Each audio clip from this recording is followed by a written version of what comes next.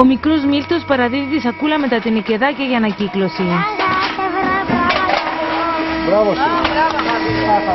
Ήρθα εδώ επειδή βάλω τα τενεκεδάκια και γιώνουν τα για τα άρρωστα τα παιδάκια.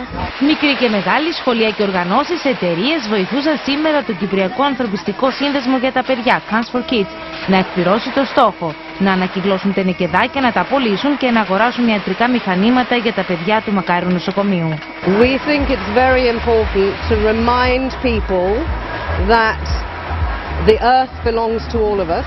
Είναι με ιδιαίτερη χαρά που τη βλέπουμε να μεγαλώνει χρόνο με το χρόνο και να έχουμε περισσότερες τόσο συμμετοχές όσο και άλλες εταιρείες να μας βοηθούν σε αυτήν την εκδήλωση. I'm absolutely convinced that this is something which brings Cyprus forward and the civil society of Cyprus forward. Ενεργοποιούμε πολίτες μας και ειδικότερα νέους στο να έρθουν κοντά και στα θέματα του περιβάλλοντος, αλλά και στα ανθρωπιστικά θέματα. Από την ημέρα που έχει δημιουργηθεί, η οργάνωση Cans for Kids έχει προσφέρει στο Μακάριο νοσοκομείο μηχανήματα αξίας πέραν των 260.000 ευρώ. Πέραν από τη σημερινή ημέρα, εθελοντές κάθε Σάββατο εργάζονται για το Cans for Kids. Ανάμεσά τους και ο Χασέμ Χασέτ, μετανάστης από τη Συρία, τον οποίο γνωρίσαμε τον περασμένο Σεπτέμβριο, όταν ναυάγησε το πλοίο με τους 345 μετανάστες ανοιχτά των κατεχομένων. Δουλεύει, όπως μας είπε, στη Λεμεσό, αλλά με χαρά και ενθουσιασμό κάθε εβδομάδα βρίσκεται στο πόστο του μαζί με άλλους 2 φίλους του για να βοηθήσει στην ανακύκλωση. I'm helping, donating a huge amount of money just to raise it and then buy whatever it is the hospitals are needed for the kids. We have to keep coming and coming and coming every Saturday. We're enjoying it. Saturday, how many hours? 2 hours.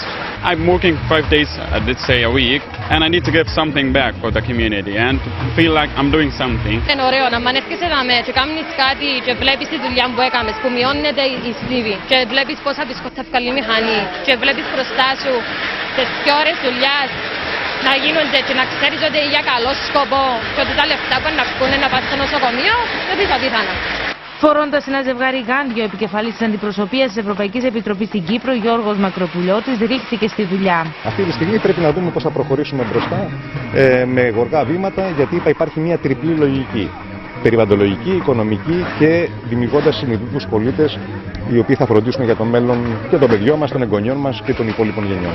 Ο κύριος Μακροπουλιώτης τόνισε την ανάγκη να ελαχιστοποιηθούν τα οικιακά απόβλητα στην Κύπρο, σημειώνοντας ότι σε άλλες χώρες επιβάλλεται πρόστιμο εάν τα σκουπίδια δεν τοποθετηθούν στους σωστούς κάδους ανακύκλωσης.